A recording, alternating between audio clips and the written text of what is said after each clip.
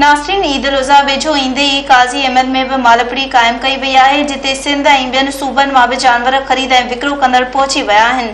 महांगाई सबबि ख़रीदार ऐं वापारी सख़्त परेशानियुनि जो शिकार थी विया आहिनि। उन हवाले सां ॾिसूं था ज़ुल्फ़कार टांवरी जी हीअ रिपोर्ट। कुर्बानी वारी ईद उल अज़हा जे लाइ कुर्बानी जा जानवर जंहिंमें बकर, घेटा, गाबा, ढगा, पाॾा वठण जो सिलसिलो शुरू थी वेंदो आहे।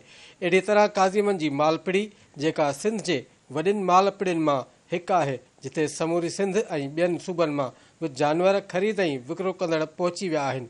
महांगाई सबबि ख़रीदार ऐं विकिरो कंदड़ सख़्तु परेशान आहिनि। पीढ़ी जो हाणे माहौल सफ़ा गरम लॻो पियो आहे।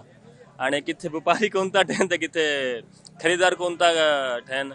मसइलो इहो आहे पर्ची जो तमामु रेट वधीक आहे ऐं पर्ची जो हाणे थोरो 5000 माना पर्ची आहे असांजी नवाबशाह जा आहियूं 5000 पर्ची हाणे वधीक आहिनि।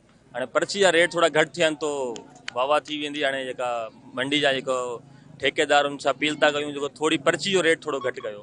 दरमियानी आहे, हा तिखो कोन्हे को रेट, चारी वॾी आहे, ख़र्च वॾा आहिनि, महिनत वॾी आहे, उन रेट जा माल खपे कोन थो। असीं घुरूं था 3 लख त हू चवंदा त 2.25 लख। हाणे केॾो फ़र्क़ु आहे, न उहो नथो मिले रेट।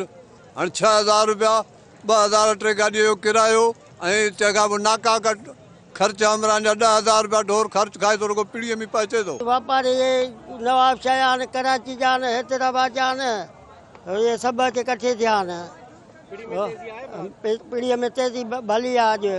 अॼु बाज़ार गरम लॻी पई आहे। कैमरा टीम सां गॾु ज़ुल्फ़कार टांवरी, धरती टीवी न्यूज़, काज़ी अहमद।